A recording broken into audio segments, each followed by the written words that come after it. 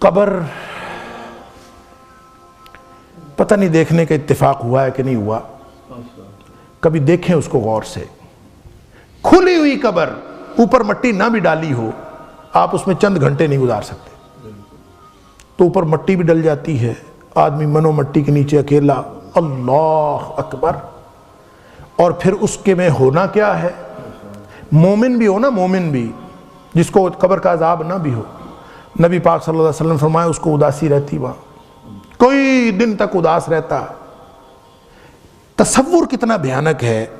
یہاں دنیا کا کوئی فیسیلیٹیٹڈ روم، بہترین اس کے اندر فیسلٹیز ہوں، اس کے اندر ایک بندے کو بند کر دیا جائے، لیکن ساتھ یہ بتا دیا جائے کہ بس آج کے بعد تم نکل نہیں سکتے یہاں سے، تو وہ گھبراہٹ سے ہی مر جائے گا.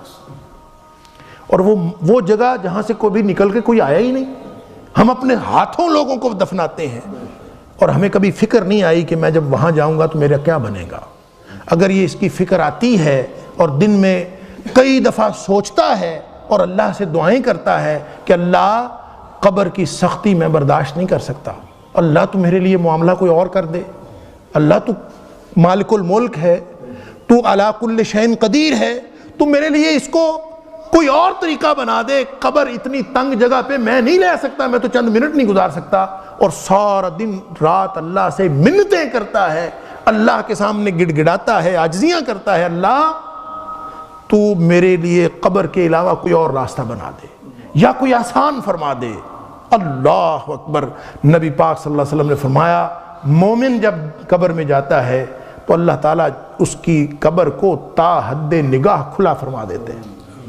اس کی قبر تنگ نہیں رہتی، جنت کی طرف کھڑکیاں کھل جاتی ہیں، تا حد نگاہ کھل جاتی ہے.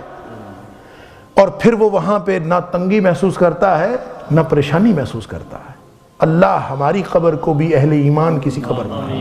نبی پاک صلی اللہ علیہ وسلم فرمایا یہ جو قبر ہے نا، یہ روضۃ من ریاض الجنہ او حفرۃ من حفر النار، یا تو یہ جنت کے باغیچوں میں سے ایک باغیچہ ہے یا پھر جہنم کے گڑھوں میں سے ایک گڑھا.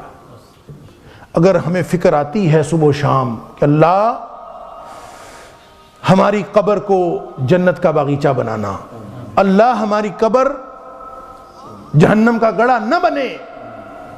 دکان پہ کھڑا ہے، کاروبار کر رہا ہے، اچانک خیال آتا ہے اللہ میری قبر کو ویسا نہ بنا. پریشان ہوتا ہے، اور یہ پریشانی لاحق رہتی ہے، عمل ویسے کرتا ہے، سارا دن رات محنت کوشش کرتا ہے. تو اگر یہ فکر آتی ہے تو خوشی کی بات ہے، ایمان موجود ہے الحمدللہ. اور اگر یہ نہیں آتی، میں آپ ہم سب اپنی زندگیوں کا تجزیہ کر سکتے ہیں. اگر اس بات کی فکر نہیں آتی تو پھر ہم اپنے ایمان کی فکر کریں. ہم جو مومنانہ زندگی کا دعویٰ کیے ہوئے ہیں، ہمارا دعویٰ ایمان وہ محل نظر ہے، وہ سوچنے کی بات ہے ایمان ہے کہ نہیں ہے. اللہ اکبر.